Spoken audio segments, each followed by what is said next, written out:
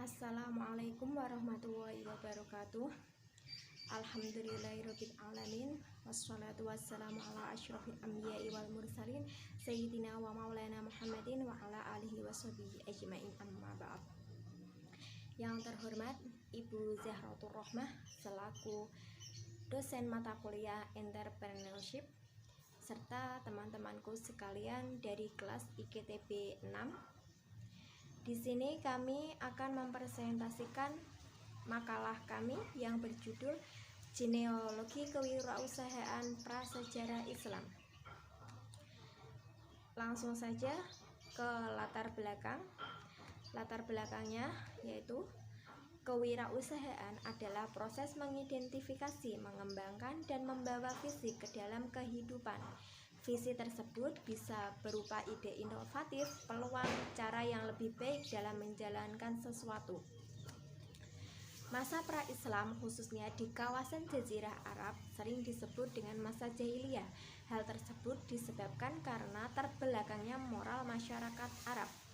Situasi yang penuh dengan kegelapan dan kebodohan mengakibatkan mereka sesat jalan, tidak menemukan nilai-nilai kemanusiaan. Keadaan tersebut berlangsung sampai Islam datang di tengah-tengah mereka. Namun demikian bukan berarti masyarakat Arab pra-Islam tidak memiliki peradaban. Bangsa Arab sebelum lahirnya Islam dikenal dengan bangsa yang sudah memiliki kemajuan dalam berwirausaha.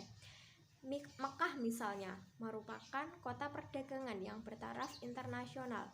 Hal ini dikarenakan posisinya yang sangat strategis.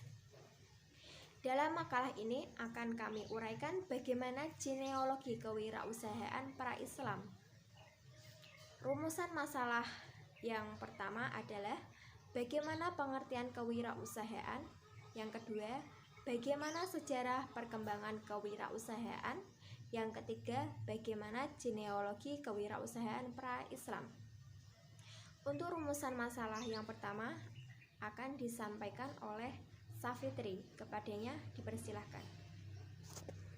Baiklah, saya di sini akan menjelaskan pengertian dari kewirausahaan. Kewirausahaan berasal dari kata wirausaha. Wirausaha dari segi etimologi berasal dari kata wira dan usaha. Berarti pejuang, pahlawan, teladan, berbudi luhur dan gagah berani. Usaha berarti pembuatan amal dan berbuat sesuatu. Kewirausahaan adalah proses mengidentifikasi, mengembangkan, membawa visi ke dalam hidup. Sedangkan dalam lampiran keputusan Menteri Koperasi dan Pembinaan Pengusaha Kecil dicantumkan bahwa wirausaha adalah orang yang mempunyai semangat, sikap, perilaku, dan kemampuan kewirausahaan. Menurut para ahli, yakni S. Wijayadi, adalah suatu sifat keberanian, keutamaan dalam mengambil resiko yang bersumber pada kemampuannya sendiri. Pembahasan kedua, sejarah perkembangan kewirausahaan. Kewirausahaan sering dibagi dalam beberapa periode untuk mengetahui tahapan dan sejarah kewirausahaan. Untuk tahap pertama disebut dengan periode awal. Periode awal ini dimulai Marco Polo yang mencoba mengembangkan rute perdagangan internasional. Periode abad ke-17 yang dimulai adanya kerjasama antara John Law dengan pemerintah Prancis. Kerjasama ini menghasilkan monopoli perusahaan The Mispin Company dan mengalami kebangkrutan perusahaan. Dengan kesalahan itu, mulailah mereka mengembangkan teori kewirausahaan. Pada abad ke-18 dan 19 sudah mulai ada inovasi. Istilah kewirausahaan telah dikenal sejak abad ke-16, sedangkan di Indonesia baru dikenal pada akhir abad ke-20. Pada abad 20, inovasi melekat erat pada wirausahaan di masa sekarang.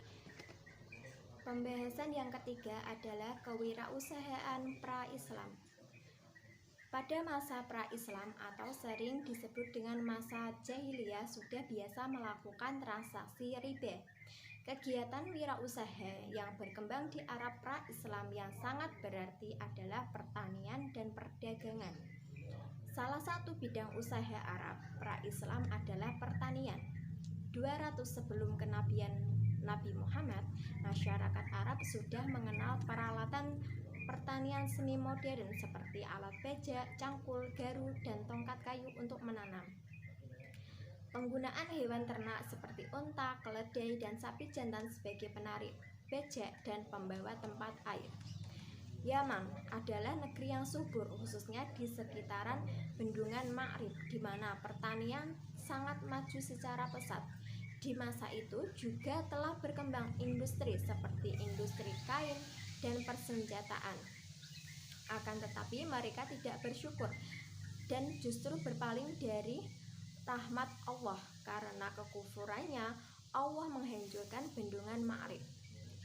Selain pertanian, perdagangan adalah unsur penting dalam perekonomian masyarakat Arab pra-Islam. Mereka telah mengenal lama perdagangan bukan dengan Arab saja, tetapi dengan non-Arab. Kemajuan perdagangan bangsa Arab pra-Islam dimungkinkan antara lain karena pertanian yang telah maju, kemudian ditandai dengan adanya kegiatan ekspor-impor yang mereka lakukan. Para pedagang tersebut menjual komoditas barang-barangnya kepada para konglomerat, pejabat, tentara, dan keluarga penguasa. Karena komoditas tersebut sangatlah mahal, terutama barang-barang impor yang harus dikenai dengan pajak tinggi. Alat pembayaran yang mereka gunakan adalah koin yang terbuat dari perak, emas, atau logam mulia lainnya yang ditiru dari mata uang Persia dan Romawi. Sampai sekarang koin tersebut masih tersimpan di sejumlah museum di Timur Tengah. Itulah pemaparan dari 3 rumusan masalah. Dari 3 rumusan masalah itu dapat ditarik kesimpulan bahwa perekonomian di Jazirah Arab pra-Islam sudah menjadi ruh dalam kehidupan kesehariannya. Sistem perekonomian yang berkembang antara lain pertanian dan perdagangan Arab. Walaupun demikian, harus diakui bahwa tradisi pertanian dan perdagangan yang ada tidak memiliki ruh atau tidak ada kepastian seperti keadilan dan persamaan. Dari segi makna dan ilmunya, sistem usaha pada masa pra-Islam di Jazirah Arab adalah sistem ribawi, yaitu penjual kepada pembeli dengan perjanjian yang disetujui namun tidak sesuai dengan perjanjian waktu yang telah disepakati, maka pembeli harus membayar lebih, baik itu dalam sewa menyewa. Apabila lebih jatuh tempo, kesepakatan harus dibayar 2 kali lipat dari harga semestinya. Terima kasih. Demikian presentasi dari kelompok 2. Kurang lebihnya kami mohon maaf. Wabillahi taufik wal hidayah. Wassalamualaikum warahmatullahi wabarakatuh.